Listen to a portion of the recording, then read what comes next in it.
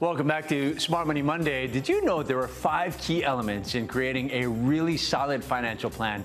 Chris Otto from Bankoh Investment Services, a non-bank subsidiary of Bank of Hawaii, joins us. Aloha, Chris. Hey, aloha, Steve. So, Chris, a financial plan is a roadmap, basically, to achieving our financial goals. What's the first key to this roadmap? Well, the first element is investing. By putting a portion of your resources into investments like mutual funds, stocks, bonds, annuities, you can grow your wealth, build your nest egg for retirement, and help meet your long-term financial goals. What's the second key element? The second element is making sure you're prepared for the unexpected, and that means being appropriately insured. And what kind of insurance should people consider?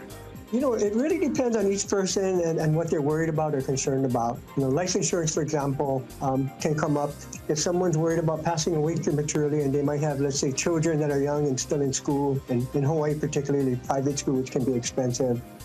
There's also disability insurance that can help protect you. Let's say if you fall ill, become disabled, and you need to replace that earned income that you lost. And then additionally, long-term care insurance can provide financial protection to offset the high cost of nursing and skilled care here in Hawaii if you eventually need it. Yeah, okay, what's number 3? Well, number 3 is having a solid retirement strategy that helps you understand and also prepare for having enough income so after you stop working, we can retire without worrying about running out of money. That's going to take into account things like, is your mortgage paid off? Are your children out of college? And how much Social Security will come to the table with? Yeah, what about trust and estate planning, Chris? Well, that's number 4, Steve. Trust and estate planning means setting up legal structures that express your wishes and desires in the event of your incapacitation or your ultimate passing. So, like a will, end-of-life care directives, and thinking through who should manage affairs. That's exactly right. Okay, and number 5? And last but not least is having a solid tax financial professional that you trust. And that can help you protect your family from unnecessary tax burdens and maximizing what you ultimately leave behind.